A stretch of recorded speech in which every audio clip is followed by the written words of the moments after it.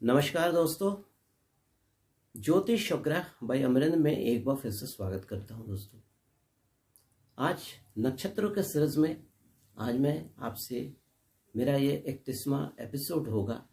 आज मैं आपसे सौर मंडल में जो 26वां नक्षत्र होता है, जिसे हम लोग बोलते हैं उत्तरा भाद्रपद, उस पर चर्चा करूंगा। उस पर प्रकाश डालूंगा कि अगर किसी का जन्म उत्तरा भाद्रपद नक्षत्र में होता है तो किस तरह के वो जातक होते हैं और किस तरह से उनका स्वभाव होता है, किस तरह की बीमारियां होने की संभावना हो सकती है और किस तरह का व्यवसाय वो चुने जिससे कि वो अपनी ज़िंदगी में सफलता प्राप्त कर सके। तो आइए चर्चा करते हैं। देखिए दोस्तों, उत्तरा भाद्रपद नक्षत्र जो होता है, इसके स्वामी जो होते हैं, नक्षत्र स्वामी, वो शनिदेव होते हैं और राशि जो होती है वो मीन राशि होती है। तो अगर आपका जन्म उत्तरा भाद्रपद के प्रथम चरण, द्वितीय चरण, तृतीय चरण और चतुर्थ चरण में हुआ है तो आप मान लीजिए कि आपकी जो राशि होगी वो मीन होगी और नक्षत्र स्वामी जो होंगे शनि होंगे। तो यहाँ पर एक गौर करने की बात क्या है कि नक्षत्र के स्वामी शनिदेव हो जाते हैं और राशि के स्वामी बृहस्पति हो जाते हैं। जहाँ पर बृहस्पति जो है एक आकाश तत्व है, वहीं पर शनिदेव वायु तत्व है। तो आकाश और वायु का सम्मिश्रण होता है सबसे पहले। दूसरा, दोनों की विचारधाराओं में थोड़ा सा अंतर है। बृहस्पति जो है हमारे देवगुरु कहलाते हैं, जबकि शनिदेव जो है वो धर्म, जस्टिस, जो आदमी जिस तरह का कर्म करता है उस तरह का वो फलादेश करते हैं।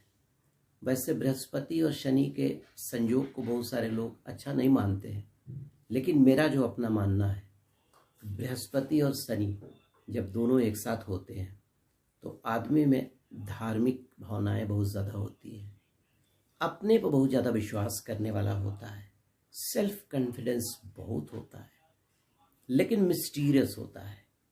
थोड़ा सा मतलब उसको पकड़ पाना मुश्किल होता है और अपने आप पर बहुत ज़्यादा विश्वास होता है।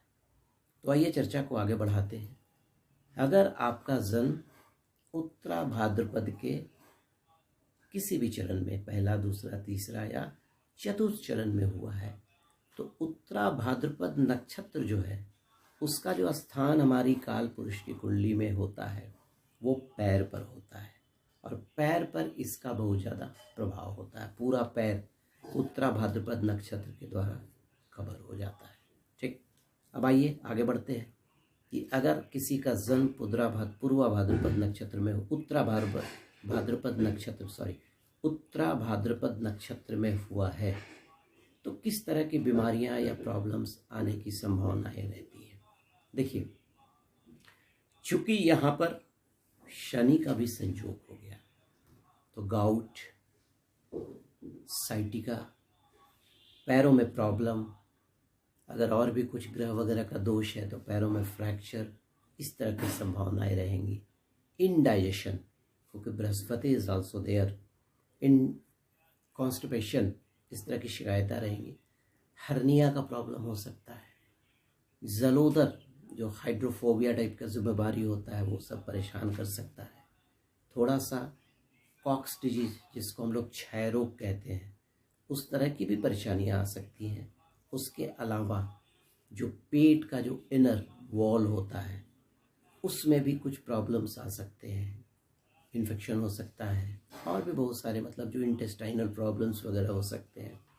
बड़ी आंत से संबंधी परेशानियां आ सकती हैं, छोटी आंत से संबंधी परेशानियां आ सकती हैं अगर आपका जन्म उत्तरा भाद्रपद नक्षत्र में हुआ है। देखिए, ऐसे लोग जिनका जन्म उत्तरा भाद्रपद में होते कैसे हैं, आइए थोड़ा उस पर भी चर्चा कर लो। ऐसे लोग चरित्र के बड़े अच्छे होते हैं, एकदम हाई प्रोफाइल, कहने का मतलब एकदम हाई वैल्यूड पीपुल होते हैं। कहीं पर भी उंगली आप नहीं उठा पाइएगा इन लोगों पर।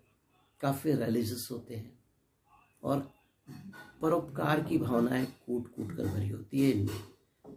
और इनको जैसे कोई मतलब अपाहिज है या और भी जो वांटेड पीपुल हैं जिनको थोड़ा सा दिक्कत है, मतलब ज़िंदगी जीने में, गरीब हैं, गरीब तबके की सेवा करने में इन्हें बड़ा आनंद आता है और इंडिपेंडेंट थॉट के आदमी होते हैं और इनका जो व्यक्तित्व होता है उसमें बृहस्पति और शनि की प्रचुरता होती है। ठीक है, अब आइए, अगर किसी का जन्म उत्तरा भाद्रपद में हुआ है तो प्रोफेशन कैसा चुने।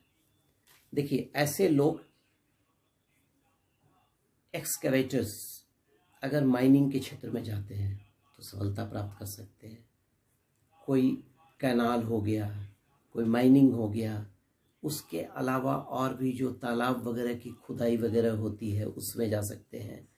उसके अलावा होम मिनिस्ट्री वगैरह में इनकी सेवाएं ली जा सकती हैं।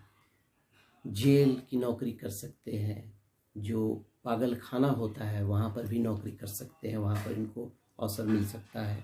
उसके अलावा मिलिट्री में जा सकते हैं, हॉस्पिटल की सर्विस में जा सकते हैं। उसके अलावा धर्म का जो संस्थान होता है, रिलीजियस प्लेस, जहाँ पे धर्म की बातें होती हैं, धर्म की शिक्षा दी जाती है, वहाँ से भी इनका संबंध हो सकता है। उसके अलावा सोसाइटी क्लब की नौकरी में भी इनका योगदान हो सकता है। इंश्योरेंस, एक्सपोर्ट इंपोर्ट, उसके अलावा जो डॉक होता है, जो बंदरगाह पर जो डॉक की नौकरी होती है, डॉक यार्ड की, वहाँ पर भी ये नौकरी कर सकते हैं। उसके अलावा छतरी, रेनकोट का अगर ये बिजनेस करें, मैन्युफैक्चरिंग करें, उसमें भी इनको काफ़ी सफलता मिलेगी। नाव से संबंधित अगर कोई व्यापार करते हैं उसमें भी इनको सफलता मिलेगी। फिशरीज, ऑयल, उसके अलावा जो फॉरेन जो एम्बेसडरशिप वगैरह का जो पोस्ट होता है, ऐसे लोग सुशोभित करते हैं जिनका उत्तरा भाद्रपद में नक्षत्र में जन्म होता है। तो दोस्तों देखिए, अगर जिनका भी जन्म उत्तरा भाद्रपद नक्षत्र में होता है तो किसी भी योग ज्योतिष्य दिखाकर या तो आप फुकराज या नीलम जरूर धारण करें।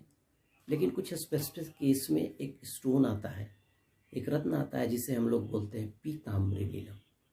पीताम्बरी नीलम भी आप धारण कर सकते हैं, प्रोवाइडेड ये एक अच्छे ज्योतिष से आपको ओपिनियन लेकर ही पहनना है। ऐसे पीताम्बरी नीलम आप नहीं पहनेंगे। तो दोस्तों, अगर आपको मेरा वीडियो पसंद आया तो लाइक करेंगे, सब्सक्राइब करेंगे और बेल बटन दबाना ना भूलेंगे कि मैं अगली बार कोई नया एपिसोड या कोई भी वीडियो डालूं, अपलोड करूं तो आपको इन्फॉर्मेशन मिल जाए। तो दोस्तों, थैंक यू वेरी मच। ये मेरा 30वां पार्ट था उत्तरा भाद्रपद नक्षत्र पर। 26वां सोलर मंडल का नक्षत्र था। अगले वीडियो में मैं आपसे अंतिम जो नक्षत्र होगा, 27वां नक्षत्र रेवती पर चर्चा करूंगा।